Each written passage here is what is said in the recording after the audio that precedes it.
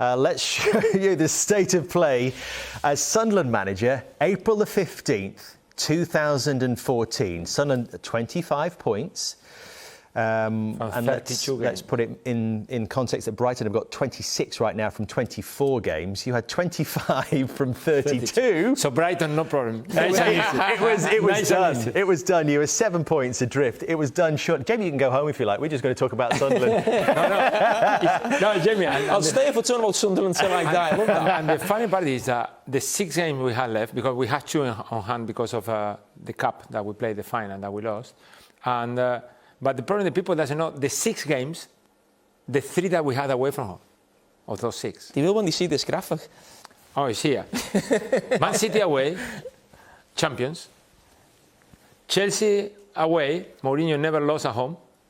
Man United away, I think Sunderland didn't win Old Trafford for 40 plus years or whatever in the league. 400 years. 400 years.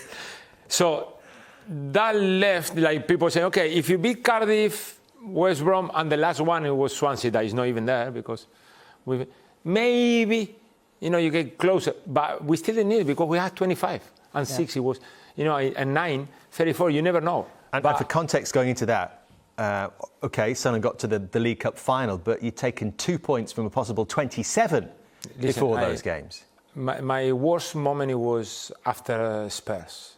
After Tottenham, we started winning 1-0 and I think we conceded like 5. At that moment in time, I thought, well, it was the press conference when I said, I think we need a miracle because it was difficult to see with the games that we had to play how you're going to achieve the quantity of points that we needed. How would you... That run starts, I'm sure you're doing team meetings, you're trying to lift the players, your training sessions. What was it that starts that run, or do you need that little bit of luck? How do you inject in the players that belief and confidence to produce? There is a few things that happen at the same time. There is a little bit of my mentality and my character and how I am as a person, trying to still believe in. Then there is things that happen in the team. Jamie, sometimes you don't have to make too many decisions because the decisions they made themselves. We had a couple of suspensions, an injury, and the team was like, it was taking shape. And the biggest decision I had, it was Connor Wickham. Just pause it there a second. I'm sorry. The other factor there is the 46,000 crammed in, having had that hope and belief restored by what's happened in those other games. Well, there is moments during the season that you will always remember. And obviously, we were suffering. And after we lost against Everton, people probably was very down, really, really down, thinking, okay, this is not going to happen. So going to Man City away, champions, and drawing and beating Chelsea, it brought a little bit out, well, maybe. So that game against Cardiff, the stadium it was incredible. I mean, I knew that game, I had a strong feeling, we're going to win this game. I didn't think 4-0, but I knew that game. I was thinking about the other ones. I was thinking about Man United away from home, and I was thinking about even the last 2. And incredibly, Jamie, this is how we are sometimes, and we don't realize, football players or managers. I was not very nervous against City. Not at all against Chelsea. I was confident in this game. The same at Man U. The game I was really, really nervous. It was the last one at home. The one before the last at home against West Brom. That was one of my worst days on a bench. I think I look at the watch, at the clock, 150 times. It was not moving forward. It was incredible. This is Man United against Connor Wickham involved. This game we played very well, I have to say. Connor Wickham with the cross. And Seb Larsson, great volley. Look, even the reaction of the players is calm. That's after the game. Yeah, really calm. That's after the game. And this is the game that I'm talking about. When we got safe. When you win a trophy, you think, okay, I touch, the sky. Now this is a different kind of feeling. It's relief. Yes, it's tremendous. It was. I remember talking to the owner, to Eddie Short, afterwards, and I said, I don't want to talk about football. I need to get away 10 days. I need to really disappear, because it was really, really draining. It was tough. You get a repercussion worldwide because it's the Premier League. It was incredible. I mean, from everywhere in the world, they called me.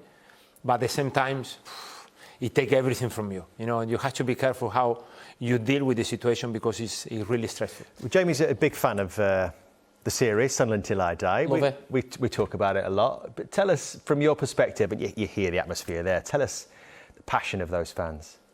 Well, I can define many things, and I'm going to tell you the best one. Gus, he's playing to the gallery. He's done it twice. He's mentioned the supporters twice. When I watch it, it was my office. It was my people, because it was 3 or 4 years later. So that was my place during those days. I was there all the time. It was like you were in the series, you know, like you were producing it as well. But the best thing is when you go down the street at Sunderland and you realize how much the club means to the fans. That's their life. We're talking about life. We're talking about they're looking forward to that weekend. I mean, even in the final, you know, the only thing I remember from the final is that we lost.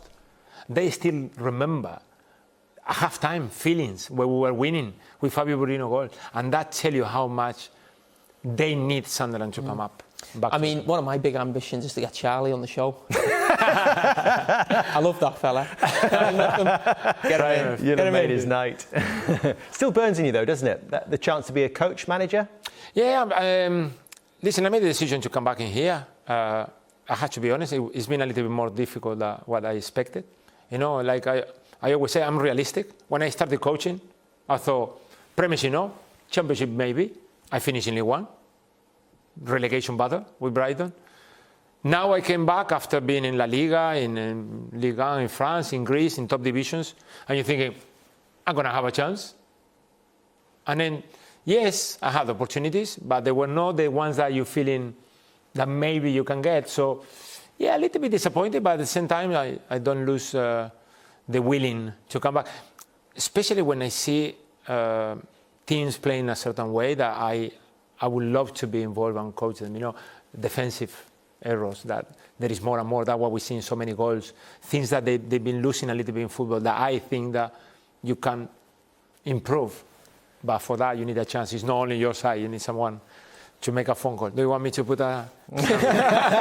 Most do. Most get a job. It will come. Most get a job after being on here. Gus, it's been great to have you with us tonight. Thank you so much for your company. Thank you.